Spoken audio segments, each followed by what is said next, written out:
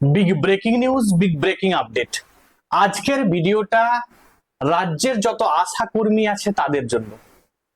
আপনারা হয়তো অলরেডি জানেন যে আপনাদের বেতন বৃদ্ধি করা হয়েছে, সে বিষয়ে কিন্তু আমি আলোচনা করব। তার সঙ্গে সঙ্গে আলোচনা করব যে আশা কর্মীদের যে আন্দোলন ছিল, সেই আন্দোলনে তাদের কি দাবি ছিল, এবং আমাদের রাজ্যের মুখ্যমন্ত্রী শুভেন্দু অধিকারী বেতন বৃদ্ধির পরে তিনি একটা কথা বলেছেন বা বক্তব্য পেশ করেছেন আশা কর্মীদের নিয়ে, সেটাও কিন্তু আজকের ভিডিওতে আলোচনা হবে। ভিডিওটা দেখুন, আশা করছি আপনাদের ইনফরমেটিভ লাগবে, আপনাদের ভালো লাগবে, এবং যারা আশা কর্মী আছেন তারা অবশ্যই কিন্তু ভিডিওটা দেখবেন। বিশেষ করে আমাদের রাজ্যের যত মানুষ আছে তারা কিন্তু ভিডিওটা বেশি বেশি শেয়ার করে আমাদের রাজ্যের প্রত্যেক আশা কর্মীর কাছে পৌঁছে দিন, যাতে প্রত্যেকে তারা ভিডিওটা দেখতে পারে। চলুন আজকের ভিডিওতে আলোচনা করি যে কি বিষয় আছে। বিষয়টা হচ্ছে না, সেটা আপনারা হয়তো অলরেডি জেনেই গেছেন যে এই যে বাজেট পেশ হলো, ঠিক আছে, বিজেপি সরকার আসার পরে তো প্রত্যেক আশা কর্মীদের বেতন বৃদ্ধি করা হয় 5,000 টাকা। বর্তমানে কিন্তু নতুন যে বেতন, সেই বেতন অনুযায়ী 11,250 টাকা কিন্তু আশা কর্মীরা প্রত্যেক মাসে পাবে।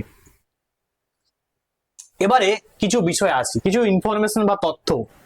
না, রাজ্য বাজেটে 2026-এ আশা কর্মীদের যে বেতন সেটা কিন্তু 1 লাফে কত টাকা না 5,000 টাকা বৃদ্ধি করা হয়েছে। ফলে আশা কর্মীদের যে মাসিক সম্মানিং সেটা কিন্তু বেড়ে গিয়ে কত টাকা হয়েছে না 11,250 টাকা। মানে আগে ছিল 6,250, 5,000 অ্যাড হয়ে 11,250 টাকা কিন্তু হয়েছে। এবারে দীর্ঘদিন ধরে বেতন বৃদ্ধি এবং অন্যান্য দাবিতে আন্দোলন চালিয়ে আসছিলেন আশা কর্মীরা।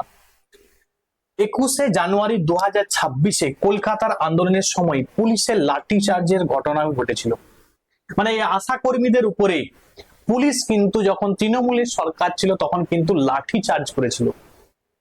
এবং আমাদের রাজ্যের মুখ্যমন্ত্রী এটাকে নিয়েও একটা কথা বলেছেন, আমি বলছি একটু পরেই। নতুন সরকারের বাজেটে আশা কর্মীদের দাবি আংশিক পূরণ হওয়ায় কর্মীদের মধ্যে একটা খুশির পরিবেশ সৃষ্টি হয়েছে বা একটা খুশির বাতাবরণ কিন্তু তৈরি হয়েছে কর্মীদের জন্য। মুখ্যমন্ত্রী শুভেন্দু অধিকারী বলেন, আশা কর্মীরা স্বাস্থ্য পরিষেবাকে সচল রাখতে গুরুত্বপূর্ণ ভূমিকা পালন করেন এবং তাদের প্রাপ্য মর্যাদা দেওয়া উচিত।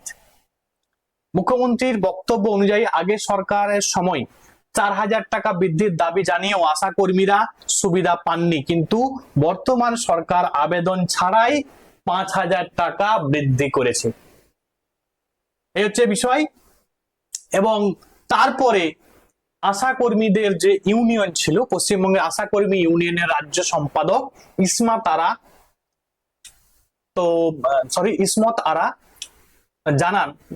খাতুন জানান যে এই বৃদ্ধি তাদের দীর্ঘ আন্দোলনের আংশিক সাফল্য।